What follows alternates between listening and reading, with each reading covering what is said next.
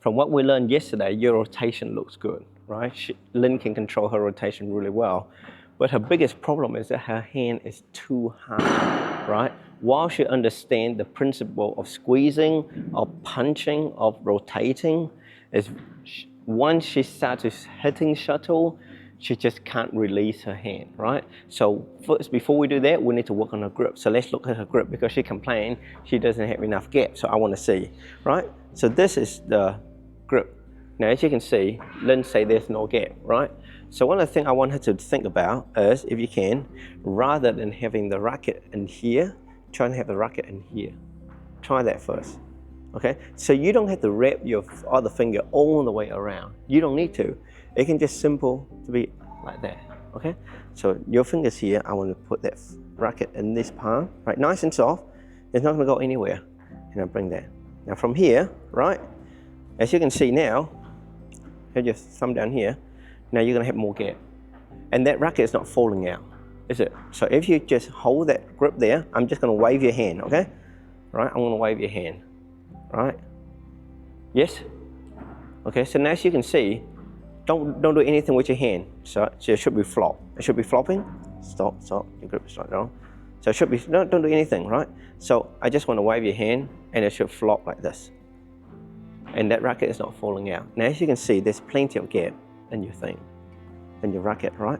Good. So now trying to chop for me using your finger. So what I mean is that, bring it up and just squeeze for me, okay? Good. Yes, you got plenty of gap, right? Don't let go of that little finger, right?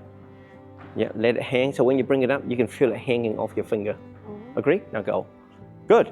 That's really good. Yes? Is it sore? No. Okay. So that's how you can have lots and lots of gaps in here. So it's the same thing when you hold your backhand. So when you hold your backhand, you put your thumb underneath here, but you just let the other finger resting on top like that. So you try that for me. Right, so here's your thumb underneath, yeah, and just relax first, and just have your finger up here and just let it just touch over the top. So now you can try to squeeze, yeah. Plenty of gap, right? So it's not about you having small hand, it's just that you are holding too much. You're starting too much in the palm of your finger, of your hand. So that's why you're squeezing. You're wrapping all the other finger really tight around this. So now I'm hoping by letting the racket to sit in the fingertip like this, you're going to have much softer hand and hopefully you're going to swing a lot nicer.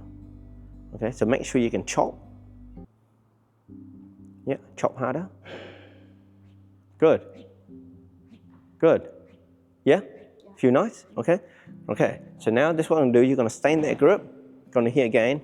Now if you can, just flop for me. Good. So stop. Don't, you tend to coming out right from here. Now, as you can bring it up, yeah, flop it. I really want you to flop like this. Okay, so try it again. Yeah. Can you not squeeze your finger for now and just let it flop? Yeah, so make sure it's flat. Okay, so if you don't do anything with the finger, right, it should just flop. Okay, so try it again.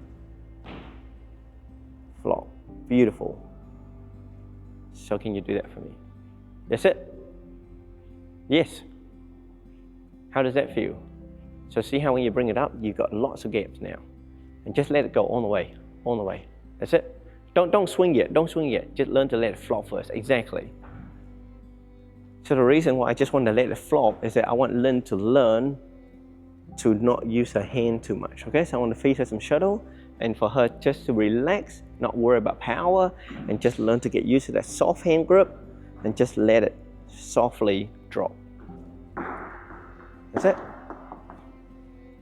Nice. So don't try to hit me. Yeah, so try not to swing outward, trying to swing forward. When she hit it without shuttle, her hand will be in front of her right shoulder, there's racket in front of the right shoulder. But the moment I give you shuttle, you go like that, okay?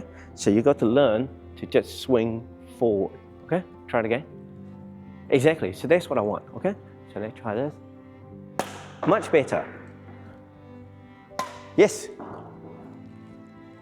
Nice. Let it flop. That's it. Learn to let it flop. How's your wrist feeling? Is it softer?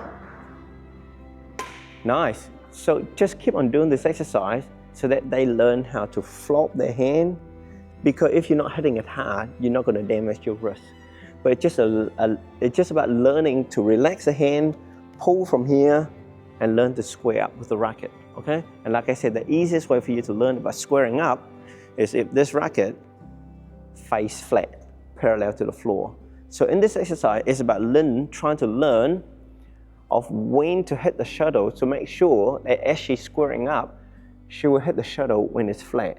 Because if she hit the shuttle while she's still squaring up, then she will slide, right? So it's about learning to square up, timing it, lots and lots of good stuff without introducing power. Okay. Nice. That's it. Yeah. So Eamon is here, so he want to hit some shuttle. So while I do that, I'm going to give Lynn a little exercise for her to help her square up. Wait, Eamon. For this wall exercise, it's about Lynn learning to square up, but also about keeping your elbow high. So if she starts with a racket like this, it reminds you that you need to hit the shuttle in front of you. The racket got to be in front of your hand. This allows you to punch. Starting from here, with the left hand, touch the elbow, and basically you're forcing the elbow to stay where it is, and you just rotate. So now your elbow's nice and high, and you just learn to pull up. And as you pull up here, I'm not doing anything with the hand, right? Only when the hand is about here, that when you learn to rotate, square on. Nice and simple, controlling this. So this exercise is about two things. It's about keeping the elbow up. It's about learning to relax this hand, not doing anything with the hand. So I don't want you to start rotating too early. Does that make sense? Relax, relax, and then rotate. Relax, relax, and then rotate, okay? And if your shoulder is sore, you can stop and do it again, okay?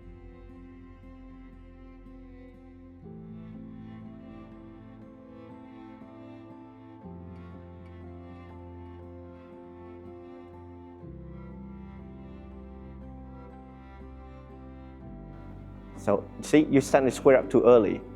Here, here, here, here. Now you punch. Okay? Try it again. There. Not yet in the hand. Nothing yet in the hand. Let it hang, let it hang, let it hang. Now you punch. So when you rotate your punch, you want to stop this hand here and concentrate on that, rather than keep on dragging. Does that make sense? You drag this up, you stop dragging, and you transfer that into your punching, okay? That's it. Does that make sense? Yeah?